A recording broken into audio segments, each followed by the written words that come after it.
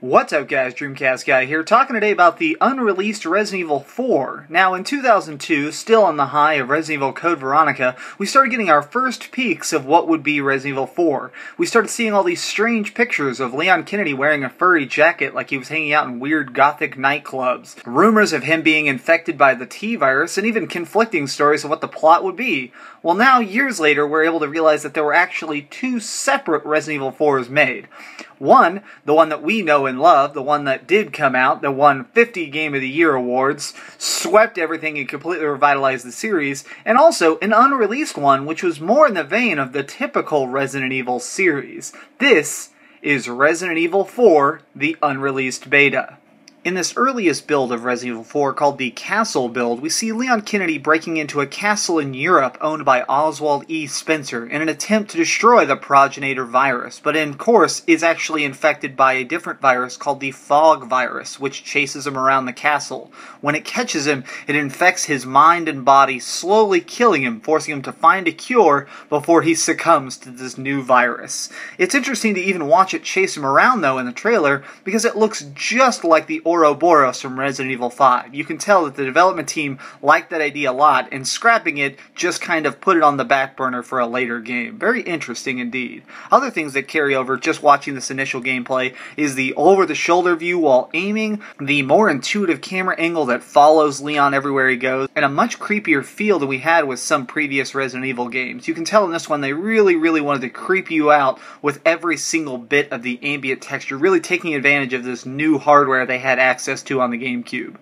Although the developers were really happy with the new control style and great new art direction, they actually ended up totally scrapping all of the castle build and cannibalizing it into the next version referred to as the hallucination build. Leon Kennedy is in a large mansion being hunted by more paranormal style enemies, primarily the Hooked Man, who, well, it's a guy with a giant hook. But he looks like the villagers from Resident Evil 4, and he has a very long chain that, even watching this footage, as bad as it looks, really does creep me out. You notice he teleports around, we see the earliest versions of the QuickTime events that are in the final product, and he's really unstoppable. It even says in the original promo work, he's unstoppable. He's more of a threat than the zombies here. So it even shows that there were zombies in this initial build, we just don't see them in the gameplay trailer here.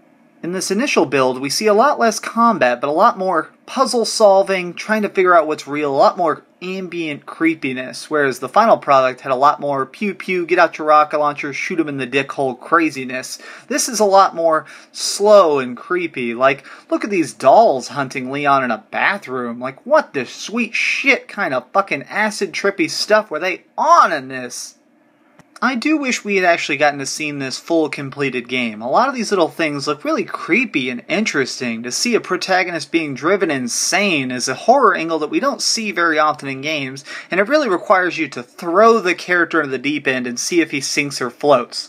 The reason the game had such a bleak outlook was because the creators of Resident Evil were told, look, with this next title, since our sales are failing, either completely revitalize the franchise or give us a satisfying conclusion so that we can have that basically be one big set, we can get one last big burst of money and work on next projects. In fact, they even started pulling people off this team to work on what would become Devil May Cry on the PlayStation 2.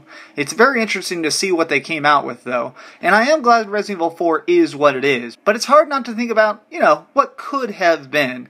Thanks so much for watching, guys. In the comments down below, let me know what you guys think of the Resident Evil 4 we did get, and what you think of this Resident Evil. In the description, I'm also going to put a bunch of links to where I got this footage, things of where I got this information, so you can look at what might have been. Maybe we could have seen the downfall of Umbrella instead of just in an opening cutscene. We could have, I don't know, actually taken down Umbrella? I know, that's a crazy concept. Thanks so much for watching, guys. If you liked this, share this with your Resident Evil friends, and subscribe. If you like my Facebook fan page, you can actually vote on what videos you want me to do next, and know when I'm live streaming. Thanks so much for watching, guys. This has been a lot of fun doing, but as always, keep dreaming.